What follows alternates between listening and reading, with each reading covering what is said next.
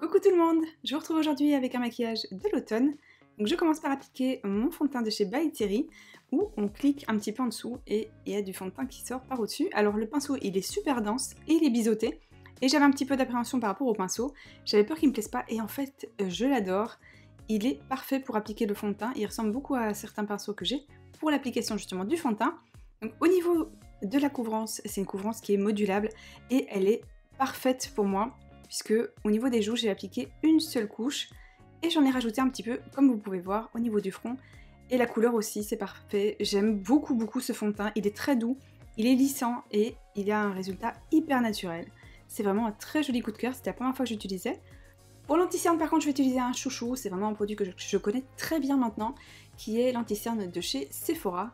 Il donne un rendu vraiment très naturel, donc je l'aime beaucoup. Et pour fixer tout ça, je vais prendre ma poudre Hyaluronic Hydra Powder de chez By Terry, qui m'a fait aimer la poudre. Tout simplement, il y a un fini très lumineux, qui fait pas du tout trop mat, j'aime beaucoup. Et pour me donner bonne mine, je vais prendre la terracotta pour les blondes.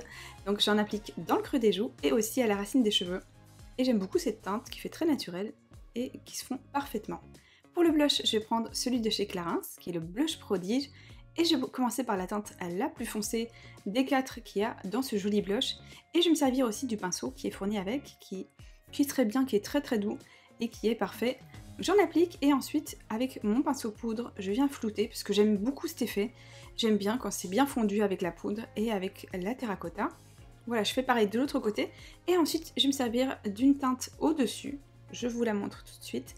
Et ça va me faire une espèce d'enlumineur. Je vais me servir de plusieurs teintes, vous allez voir. Parce que, après, celle-ci était un petit peu trop foncée, je trouvais, pour faire un enlumineur. Donc, du coup, je me suis servi aussi de la principale, donc la plus grosse. J'ai refait la même chose. Et là, j'avais le rendu que je voulais. Pour les yeux, je vais me servir de cette ombre à paupières de chez By Terry, qui est l'ombre Black Star. Grâce au format stylo, on a une application qui est hyper facile, très précise, et c'est une teinte qui est magnifique sur toutes les teintes d'iris, mais elle ressortira encore mieux sur les yeux bleus. C'est vraiment très joli, c'est très facile à appliquer puisqu'elle est vraiment très crémeuse. Avec un pinceau estompeur, je viens estomper très légèrement les bords puisque vraiment c'est hyper facile à fondre puisque vraiment cette texture glisse sur la paupière. Elle est vraiment très crémeuse et en plus on a une tenue qui est waterproof parce que des fois quand la texture est vraiment très crémeuse et ben elle s'en va et ça, vous savez, ça va dans les plis. C'est pas du tout le cas ici, c'est vraiment très joli. Je prends ensuite ma palette Smashbox et je vais prendre la teinte la plus claire que je vais venir appliquer avec un très gros pinceau plat en dessous du sourcil. Et ensuite je vais prendre cette teinte-ci et je vais la prendre cette fois-ci avec le pinceau qui est fourni. Et donc je prends le côté qui est à la fois estompeur et applicateur, vous verrez que c'est vraiment un pinceau qui est multifonction que j'aime beaucoup. Donc j'en mets dans le creux de paupière et en même temps je l'estompe, ça fait vraiment un côté très fondu, très smoky. Et pour pas faire le dégradé, je reprends le même pinceau estompeur que tout à l'heure. Et avec des mouvements de va-et-vient, ça va me permettre d'avoir un rendu très subtil et de bien mélanger les fards à paupières. Je fais la même chose en dessous que tout à l'heure et j'estompe également. Cette fois-ci, avec cette ombre à paupières, ça va me permettre d'avoir une couleur de transition par rapport à mon fard très clair.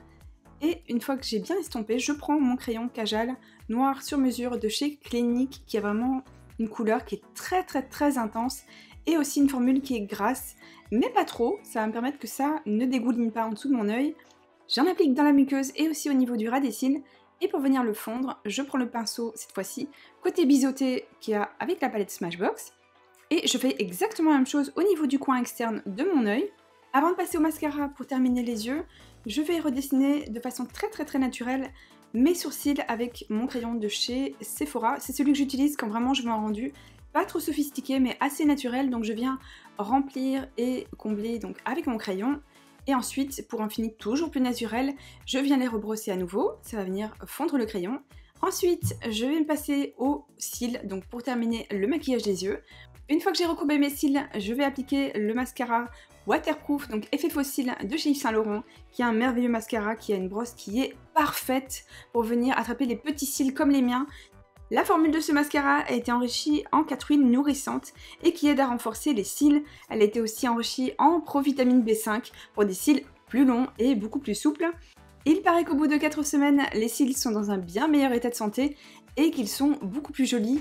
Donc ça, je vous redirai si je trouve qu'il y a une différence qui est significative. Je reviendrai vers vous pour vous en reparler. Donc je voulais vous montrer la différence entre la taille de la brosse standard que moi j'avais déjà, mais qui était évidemment trop sec, et celle qui était donc waterproof, qui est beaucoup plus adaptée à mes cils. Et je vais passer donc aux lèvres pour la dernière étape de ce maquillage, et je vais uniquement utiliser ce lip lingerie de chez NYX Cosmetics. Et je vous cache pas que je suis totalement sortie de ma zone de confort en utilisant une teinte qui est marron. C'est la première fois que j'utilisais ça, puisque je trouvais que ça m'allait pas trop.